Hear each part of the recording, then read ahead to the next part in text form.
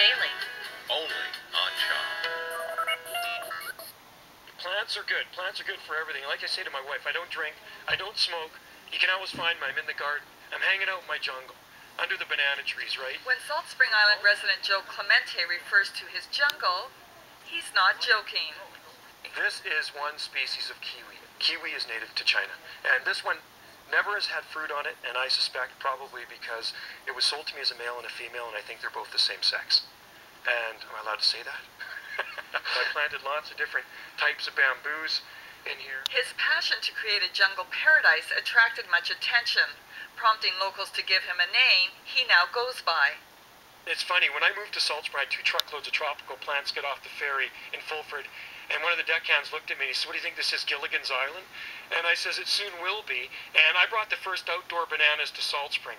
And I think it was about the blizzard of '96. There was a write-up in the paper, and it was from one of the weather observers on Salt Spring, and it said, "I wonder what Banana Joe's doing in all this snow." So something pertaining to what I'd be doing and how my plants would be faring, and the name just sort of stuck.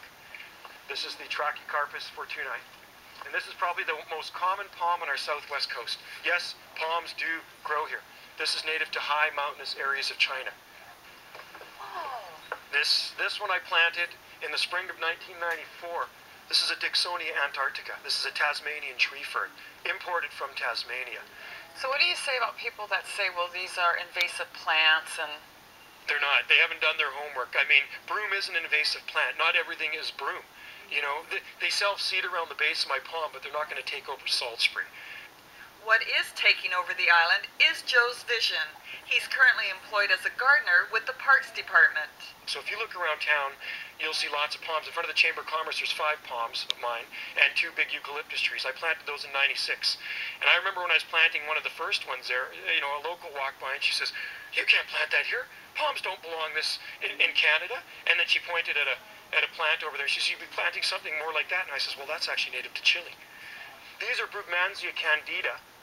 And these are native to high elevations of the Andes Mountains. And they actually start blooming nicer in this cooler weather, and they're very fragrant at night. You know what anisette smells like? Licorice? That's what they smell like. This whole air is just perfume. They're great. It gives people something to talk about when they visit our island. You know, we're known for our sheep, but why not be known for, you know, being Canada's banana belt? They're one of the first plants in my garden to start growing are the bananas. And you wouldn't think it this far north, right? You don't associate bananas with Canada.